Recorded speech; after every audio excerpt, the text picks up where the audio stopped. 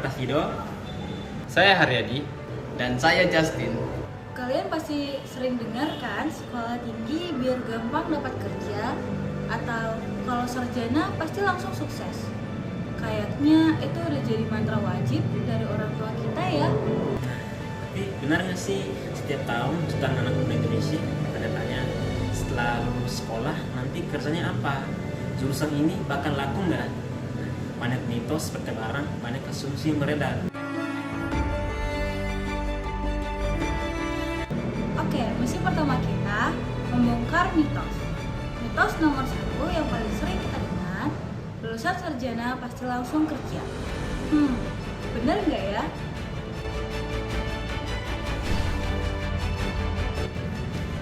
Untuk tahu jawabannya, kita langsung lihat data dari Badan Pusat Statistik atau BPS. BPS ini badan resmi pemerintah yang mengumpulkan data penting Indonesia, termasuk soal tenaga kerja. Dan ini dia tingkat pengangguran terbuka (TPT) berdasarkan pendidikan tertinggi yang ditamatkan. Banyak dari kita berpikir yang penting kuliah, nanti pasti sukses. Namun, data BPS menunjukkan sebaliknya. Tingkat pengangguran terbuka lulusan sarjana memang ada angkanya loh, sekitar 5,22% menurut data BPS tahun 2024. Ini artinya nggak semua lulusan sarjana itu langsung satset dapat kerja. Ada juga yang masih harus berjuang. Terus kenapa sih ini bisa terjadi di Indonesia? Padahal kan katanya sarjana itu keren. Ada berapa hal ini yang bikin realitas sedikit berbeda. Pertama, di beberapa jurusan populer jurusan gak banyak banget nih. Ibaratnya kursi di kantor itu cuma ada 5, tapi yang daftar 100 sarjana. Persaingan dari ketat bahkan untuk posisi entry level.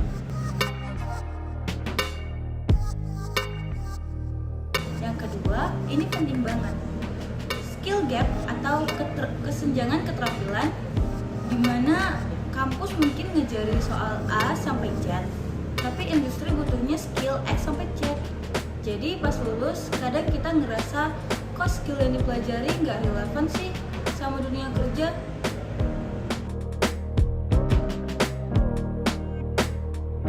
Dan yang ketiga, kadang kita punya ekspektasi gaji atau posisi yang tinggi pas lulus, tapi realita lapangan mungkin berbeda, terutama buat fresh graduate. Nah, ini bikin proses pencarian kerja bisa semakin lama.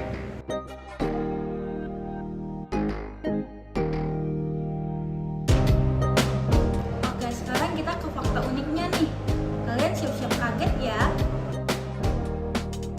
Kalian lihat kan dari data BPS, TPT lulusan SMK itu justru seringkali jadi yang tertinggi, yaitu 9% di antara semua jenjang pendidikan. Loh, kok bisa? Padahal SMK itu kan sekolah kejurusan, katanya siap kerja. Nah, ini dia beberapa alasannya, khusus di konteks Indonesia.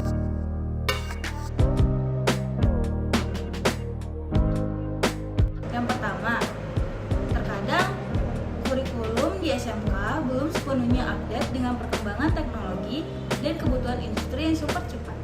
Jadi, ketika teman-teman lulus, skill yang diterima dari sekolah tidak sebanding dengan dunia kerja. Kedua, magang atau praktik kerja lapangan. Meskipun ada, kadang durasi atau kualitasnya belum cukup untuk membuat lulusan benar-benar terjun bebas ke dunia kerja profesional. Pengalaman itu adalah kuncinya. Yang ketiga, banyak banget lulusan teman-teman SMK yang mengincar sektor atau jenis pekerjaan yang sama. Misalnya di bidang manufaktur ataupun retail. Otomatis persaingan jadi sangat ketat. Dan yang paling bikin garuk-garuk kepala, coba kalian lihat tingkat pengangguran terbuka untuk lulusan SD ke bawah. Angkanya justru seringkali yang terendah, sekitar 2,32% dari data BPS tahun 2024. Gimana? Kaget kan? Padahal kan mereka pendidikannya paling rendah. Nah, ini bukan berarti mereka paling gampang dapat kerja kantoran ya. Berikut penjelasannya. Kebanyakan dari mereka langsung terserap ke sektor informal. Contohnya, pedagang kaki lima, buruh harian lepas, petani musiman, atau asisten rumah tangga. Pekerjaan ini kadang nggak terdaftar secara formal, tapi mereka tetap bekerja dan punya penghasilan. Ingat lagi, definisi pengangguran terbuka menurut BPS adalah orang yang enggak bekerja dan sedang aktif mencari pekerjaan atau mempersiapkan usaha. Nah, mereka yang di sektor informal ini meskipun mungkin penghasilannya enggak tetap, mereka udah punya pekerjaan, jadi enggak terhitung pengangguran terbuka. Beberapa juga mungkin langsung jadi wirausaha mikro, jualan di rumah, jadi tukang ojek pangkalan, dan lain-lain. Ini membuat mereka langsung masuk kategori bekerja. Nah, angka-angka itu baru permukaannya guys. Ada banyak faktor lain yang ngaruh banget ke kondisi ketenagakerjaan di Indonesia. Ini penting buat kita anak muda tahu.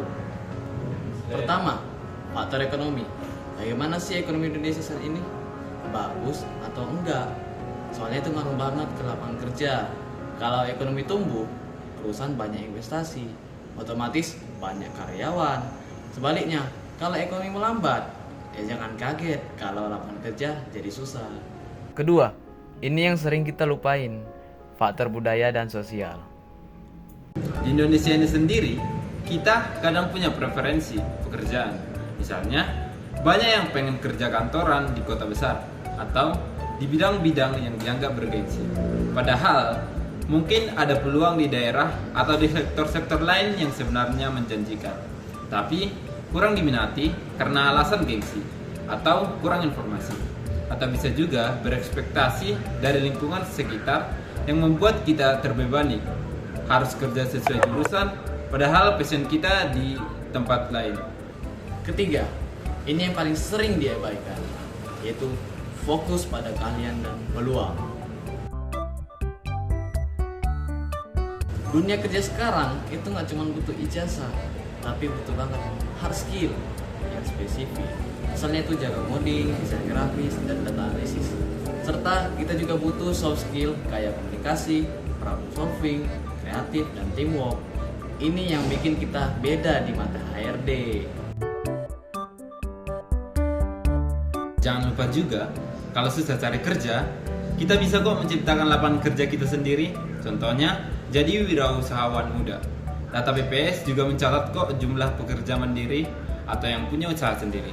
Jadi, punya mental buka usaha sendiri, itu keren banget.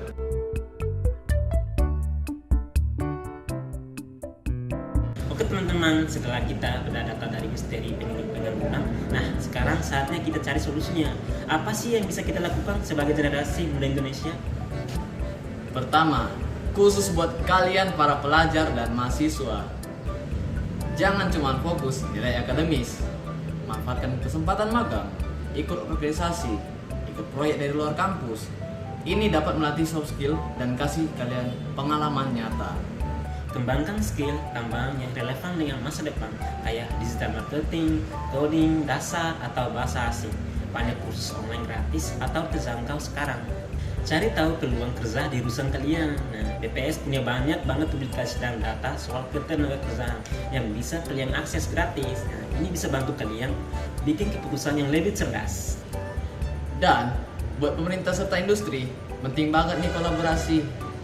Misalnya, menyelaraskan kurikulum pendidikan dengan kebutuhan industri, lalu memperbanyak program magang berkualitas, dan menciptakan ekosistem yang mendukung UMKM dan wirausaha muda.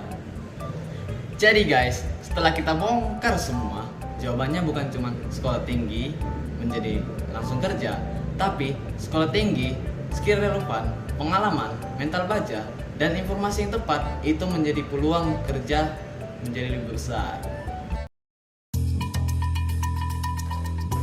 Jangan pernah takut sama angka, tapi jadikan angka itu panduan kita untuk melangkah lebih cerdas.